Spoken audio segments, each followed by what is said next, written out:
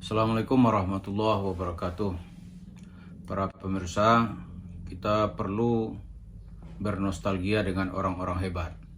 Di antara orang hebat yang akan kita angkat kali ini adalah mantan Presiden Abdurrahman Wahid yang akrab disapa dengan Gus Dur. Gus Dur merupakan Presiden Indonesia yang keempat menggantikan Presiden B.J. Habibie. Tapi di era reformasi, dialah presiden yang dipilih oleh DPR MPR secara langsung. Tapi kemudian jabatan kepresidenan Abdurrahman Wahid ini tidak berlangsung lama, lebih kurang ya sekitar 500 harian. Lalu beliau lengser dan kembali menjadi tokoh masyarakat sampai beliau nanti meninggal di tahun 2009. Apa yang menarik dari Abdurrahman Wahid? Selain selera humornya yang tinggi, wawasannya yang sangat hebat dalam berbagai bidang, tapi ada untuk kesempatan kali ini kita angkat sedikit bagaimana Abdurrahman Wahid itu kalau berbicara dalam ilmu ikhlas. Ikhlas itu di mata Gus Dur adalah ridho sama ridho. Kalau dalam keuangan, Gus Dur itu sangat menekankan prinsip ridho sama ridho ini. Satu kali kata adik beliau, Gus Salah, di mana ya saya berjumpa dengan Gus Salah menanyakan tentang kewalian Gus Dur. Oleh Gus Salah diangkat cerita lain, katanya begini, satu kali ada orang mengasih duit ke Gus Dur. Ngasih. Tapi beberapa waktu kemudian uang itu dikembalikan lagi oleh Gus Dur.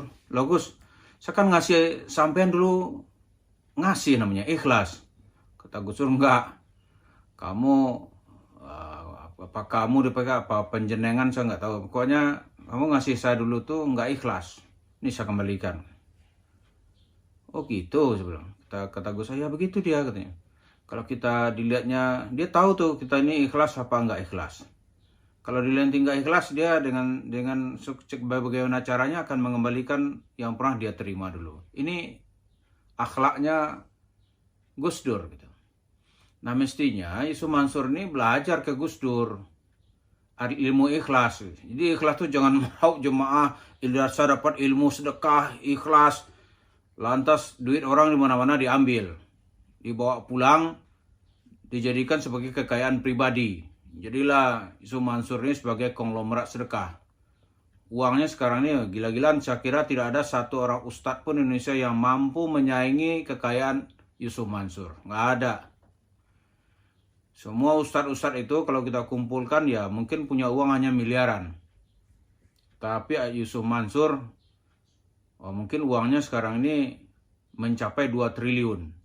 Itu menyebabkan Yusuf Mansur sangat ketakutan kalau rekeningnya dibuka. Kenapa? Semua masalahnya akan terbuka. Nah, kembali ke peta cerita Gus Dur tadi, begitu ada orang nggak ikhlas, dikembalikan. Nah, sekarang Yusuf Mansur orang merasa dulu tuh katakanlah gitu ya, hanya minjamin mobil. Sekarang kata Yusuf Mansur enggak, dulu tuh disedekahin ke aneh gitu. Taruhlah disedekahin, dia minta. Berarti dia kan nggak ikhlas dulu tuh. Katakanlah begitu. Mesti kembalikan aja. Ya udah, karena bapak lu nggak ikhlas, nih saya kembalikan mobil bapak. Begitu dong mestinya. Baru dia menjadi tokoh besar. Ini di mana-mana nih. TKW dulu katanya investasi tanah. Yusuf Mansur telah membuat akta tanah itu atas nama dirinya, atas nama istrinya, atas nama anaknya. Lalu dia bilang itu ilmu ikhlas ya. Ikhlas untuk dirinya. Dan dia nggak mikir orang lain ikhlas apa enggak. Mestinya begitu ada orang menuntut, nggak perlu dilawan dengan menantang-nantang, membawa ke pengadilan, lalu membentuk tim pengacara berlapis-lapis. Padahal yang diminta orang apa sih, receh.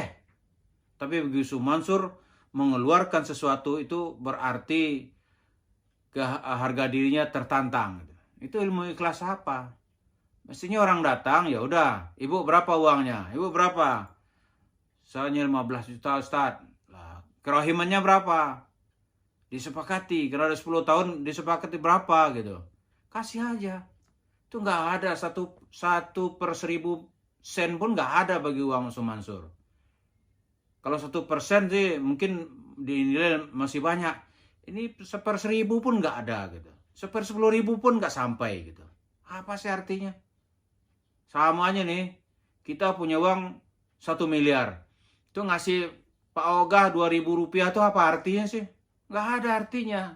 Ini di bawah itu lagi yang diminta orang gitu. Dia berjasa dulu. Itulah kita lihat Yusuf Mansur. Ya semua kita tuh perlu belajar lah pada orang-orang hebat itu gitu. Nah, Abdurrahman Wahid saat ini adalah tokoh yang perlu kita angkat bagaimana dia memperlakukan orang. Kalau dilihatnya masyarakat tidak ikhlas, seseorang atau individu datang ke dia, ini saya kembalikan. Ini orang sampai membawa pengacara minta barangnya gitu. Katakanlah dia dengan Puswowardoyo gitu. Puswo bilang, saya pinjamkan. Mansur bilang, disedekahkan. Taruhlah disedekahkan. Boleh aja diminta. Dia nggak ikhlas, ternyata kembalikan. Dan begitu juga nanti yang mobil Kijang telah dibawa oleh Mansur. Tadi pengaruh yang duit orang ada 1,5 miliar, dia pura-pura nggak tahu gitu. Mestinya begitu orang datang, ya Anda kan orang kaya sekali saat ini. Kembalikan aja, dan itu tidak ada kekurangan apa-apa gitu. Tidak mengurangi apa-apa. Kalau 1 tahun berkurang 1%, gitu, itu tambahan juga lebih banyak lagi. Anda katakan dekat dengan Allah gitu. Kenapa takut? Kasih aja, dia nggak ikhlas kok. Jadi ikhlas itu ada kedua belah pihak, kata Gus Dur. Baru dia tuh menjadi sesuatu. Nah sekarang orang nggak ikhlas ngasih ke Anda. Jadi sesuatu nggak nanti? Yakin saya tidak. Uang yang dimakan secara tidak ikhlas itu akan membuat nanti problem-problem di belakang hari. Tidak sejak ketika sudah mati, tapi kan kita lihat nanti ketika masih hidup. Jadi Abdurrahman Wahid, tokoh yang dihormati oleh bangsa Indonesia, Presiden Indonesia keempat, mari kita juga ikut mendoakannya. Semoga dia senantiasa dilapangkan kuburannya dan hidup dalam rangka husnul khotimah. Mudah-mudahan apa yang diajarkan secuil ilmu oleh Gus Dur ini semua kita bisa belajar. Tidak terkecuali yang mulia Yusuf Mansur. Terima kasih. Assalamualaikum warahmatullahi wabarakatuh.